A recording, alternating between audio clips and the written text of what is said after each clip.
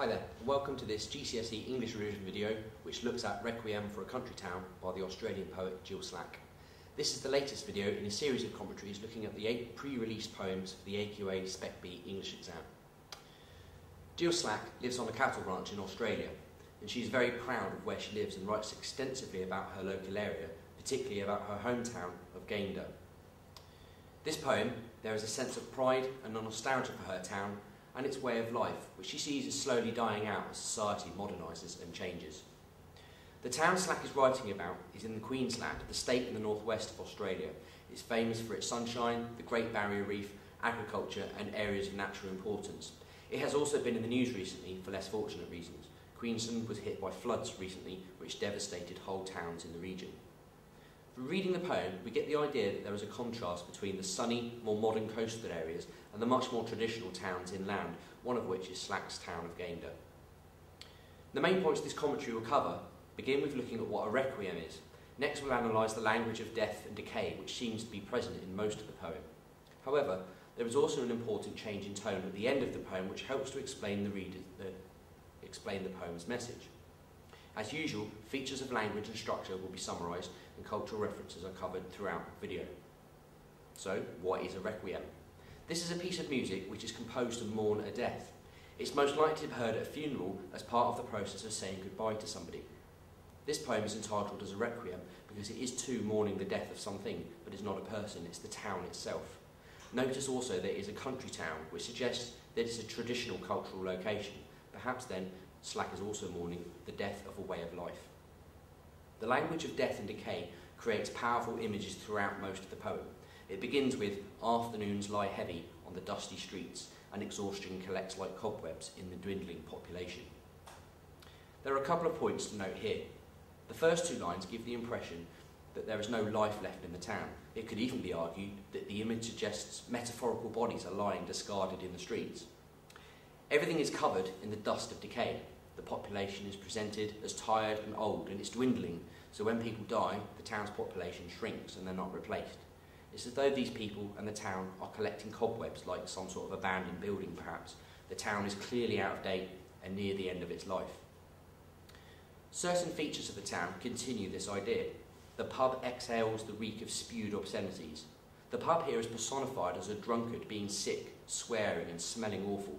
It seems ill, but only the reek or smell remains, so this might also suggest that the pub has lost its customers. The poet describes where children used to play, but this is in the past because of the phrase used to, so this implies there are few children around these days. The town is not a place where parents raise children anymore. Even natural aspects of the location are rotten as winds blow rank. This metaphor implies the breeze smells of decay and death. Slack accuses a particular group of people of leaving the town for the wrong reasons. She calls them a generation of deserters too immersed in the future to bother much with nostalgia. They are compared to deserters, an army term which describes soldiers who run away from battle, as she thinks they are weak for leaving the town when it needed them most. This quote also explains why they left. They are metaphorically immersed in the future, which means they are tempted away by the cities which are modern and more technological. Slack's attitude toward the town, however, is traditional and determined. They said it would be like this, those who stayed, conveys the thought that people who still live there were prepared for the struggle of keeping the town going as others moved away and deserted it. So far, the poem has been full of language of death and decay, which makes for a negative tone, but this changes at the end. They count the stunted gums not as portents of depletion or death, but as a singular mark of endurance. Slack still loves her town and sees the way it is decaying not as a sign that it is dying, but rather how it is continuing to survive and endure. This is a much more positive tone and reveals the poet's sense of fondness and nostalgia for the town she lives in. So, what is the poem's message? Well, it seems the town is a metaphor and it represents a traditional way of life which Slack feels strongly should be upheld and looked after. Some people were deserters, and Slack criticises those who have left the town behind and given up on their traditions. Some people are guardians, and Slack appreciates those who stayed and presents them as keepers or guardians of a tradition. Here are some of the features of language and structure you may want to refer to. First, the poem is written in free verse, which means there's no rhyme scheme or regular rhythm. The poem is full of images of decay, and rhyming and rhythmic lines would create a feeling that it's too neat and tidy for a predominantly negative tone. The pace is slow and ponderous to reflect the town's age and emphasise the references to tiredness and exhaustion. The poet uses metaphors effectively throughout the poem. Afternoons lie heavy on the dusty streets implies tiredness and corpses lying around the town.